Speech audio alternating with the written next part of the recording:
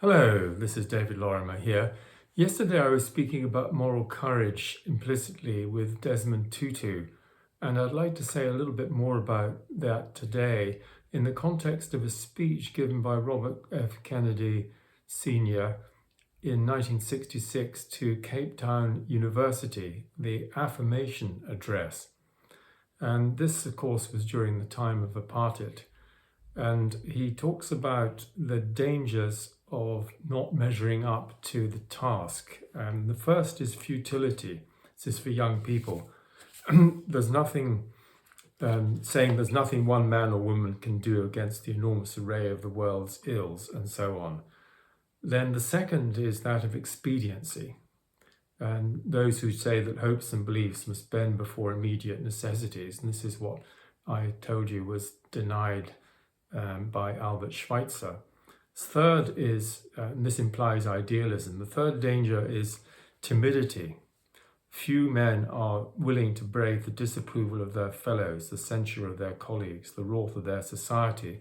And it's here that he talks about moral courage. And he says this: moral courage is a rarer commodity than bravery in battle or great intelligence. Yet it is the one essential vital quality for those who seek to change the world, which yields most painfully to change.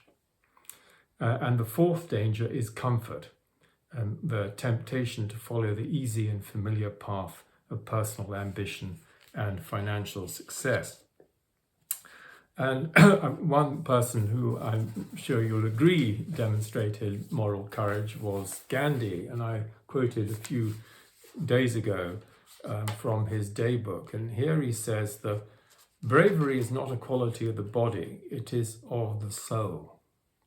And on March the 30th, my reading of our civilization is that we are expected to believe in soul force or moral force as the final arbiter, and this is satyagraha, which is the power of truth.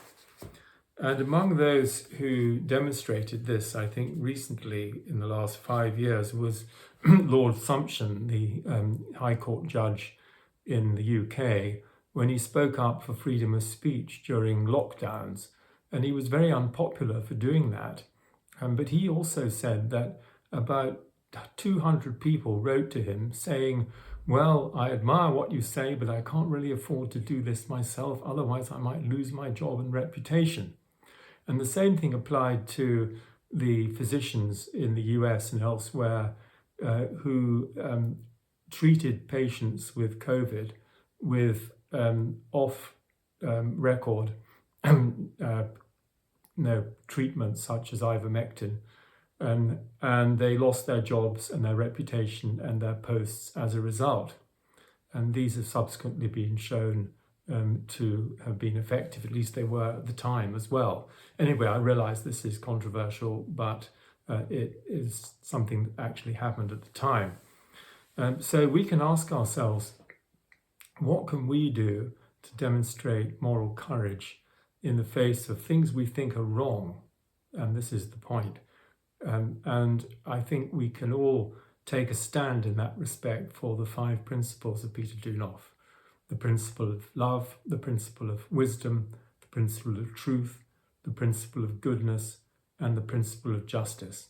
Thanks for listening.